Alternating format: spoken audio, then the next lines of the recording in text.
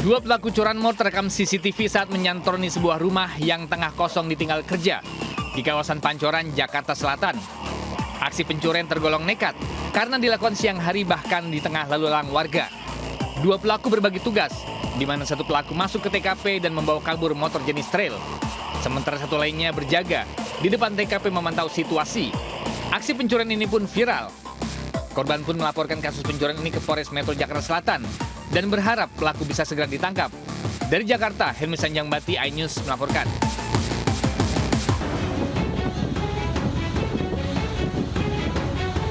Sebuah video viral memperlihatkan air laut di Pantai Ancol, Jakarta Utara meluap hingga ke area jalan. Air laut begitu deras hingga melebihi tingginya dinding pembatas di Pantai Ancol. Bahkan sejumlah mainan yang dijual pedagang juga terlihat terbawa arus air laut. Pihak PT Pembangunan Jaya Ancol mengaku jika kejadian ini terjadi hari Minggu lalu.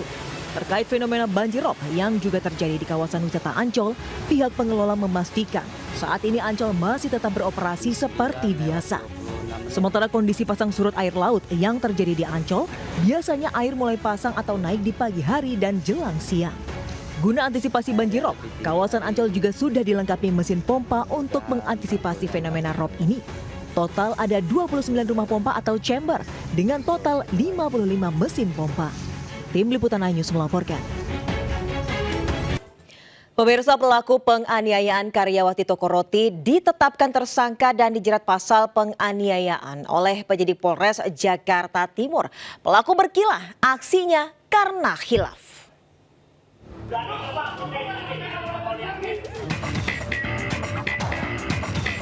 Usai ditetapkan tersangka, GSH segera digelandang ke Polres Jakarta Timur. Hasil penyelidikan dari sejumlah bukti dan saksi, ia diancam pasal penganiayaan dengan ancaman hukuman 5 tahun penjara.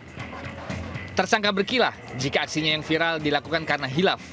Namun, ia enggan menjawab saat ditanya mengapa tersangka memaksa korban untuk mengantarkan makanan ke kamar pribadinya. Ada memang lebih dari satu kali dia emosi dan melampiaskan kemarahannya dengan merusak barang-barang yang ada di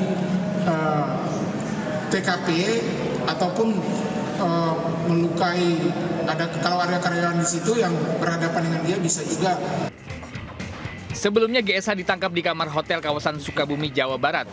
Pelaku ditangkap karena melakukan penganiayaan pada pegawai toko roti DAD milik ayahnya pada 17 Oktober lalu di Penggilingan, Jakarta Timur. Aksi penganiayaan pelaku terhadap korban viral. Kejadian dipicu korban yang menolak permintaan pelaku membawa makanan yang dipesan pelaku secara daring ke kamar pribadinya. Penolakan terjadi karena pelaku menyuruhnya dengan kalimat tidak sopan. Sebelumnya pelaku juga pernah melakukan kekerasan terhadap korban. Dari Jakarta, Rizky Falupi, iNews melaporkan. Seorang sopir angkot ditangkap polisi karena melecehkan siswi SMP yang jadi penumpangnya di Bandung Barat, Jawa Barat. Ia memperdaya korban yang baru pulang sekolah.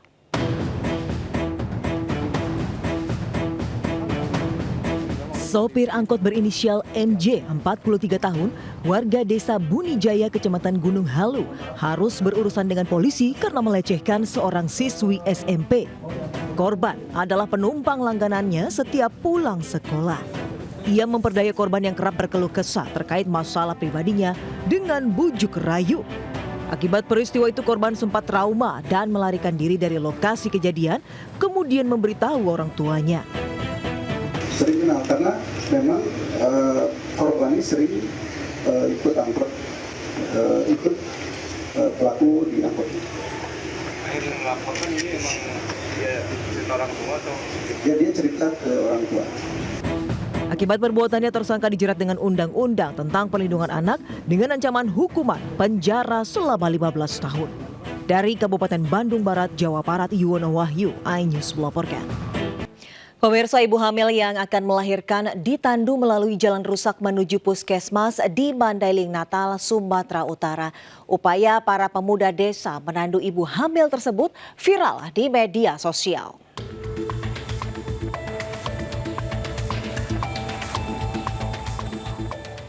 Sejumlah pemuda di Dusun Tombang Ubi, Desa Ai Botung, Muara Sipongi, Mandailing Natal, Sumatera Utara menandu seorang ibu hamil menuju puskesmas terdekat. Mereka melewati akses jalan yang rusak parah dan nyaris terisolir, berjalan kaki lebih dari 5 km. Setelah perjalanan melelahkan itu, sang ibu akhirnya tiba di puskesmas untuk melahirkan bayinya. Saat ini belasan kepala keluarga yang tinggal di Dusun Tombang Ubi nyaris terisolasi akibat akses jalan yang rusak parah. Jangankan kendaraan roda 4, sepeda motor saja sangat sulit menembus dusun tersebut. Mereka berharap perhatian pemerintah setempat agar akses keluar masuk desa dapat dilalui dengan mudah. Dari Mandailing Natal, Sumatera Utara, Ahmad Hussein Lubis, iNews melaporkan. Pemirsa, terus berupaya memenuhi kebutuhan masyarakat, salah satu retail modern Indonesia resmi membuka gerai terbarunya di Pluit Village, Jakarta Utara. Dengan konsep yang lebih modern, akan memberikan pengalaman belanja yang nyaman, efisien, dan menyenangkan. Semakin dekat dengan pelanggannya, PT Matahari Putra Prima Tbk meresmikan pembukaan gerai terbarunya Hypermart di Pusat Perbelanjaan Pluit Village, Jakarta Utara. Tak hanya produk segar seperti buah-buahan, sayuran, daging, dan ikan, di sini juga menyediakan kebutuhan rumah tangga, mulai dari bahan pokok hingga perawatan diri. Dengan konsep lebih modern dan kompak, akan memberikan pengalaman belanja yang nyaman, efisien, dan menyenangkan. Retail yang friendly untuk keluarga, ya, jadi menyediakan bahan-bahan masakan yang fresh, ya. Selain daripada itu juga grocery yang lengkap, kualitas bagus, harga bersaing. Jadi ini semua positioning untuk keluarga, juga alat-alat masak yang diperlukan oleh keluarga di sekitar Pluit dan Jakarta Utara. Dengan lokasi strategis dan mudah diakses, diharapkan menjadi pilihan utama bagi masyarakat Pluit untuk memenuhi kebutuhan sehari-hari. Tolong Don, di Kenya ada gajah hanyut Don. Video amatir warga merekam seekor gajah yang hanyut di Sungai Cengcengan di Kecamatan Sukawati, Kabupaten Gianyar, Bali. Peristiwa itu terjadi saat kondisi sungai meluap akibat hujan deras yang mengguyur wilayah Bali sejak beberapa hari lalu. Sebelumnya gajah ini dipandu menyeberangi sungai oleh pawang gajah menuju ke areal kandang gajah di kawasan Bali Zoo. Setelah pencarian, gajah bernama Molly yang berusia 30 tahun itu ditemukan sudah mati di pinggir sungai di Desa Guang. Petugas kebun binatang dan BKSDA rencananya mengevakuasi bangkai gajah yang memiliki berat 2,5 ton dengan menggunakan alat berat. Dari Gianyar, Bali, Ketut Catur Kusumaningrat, iNews melaporkan.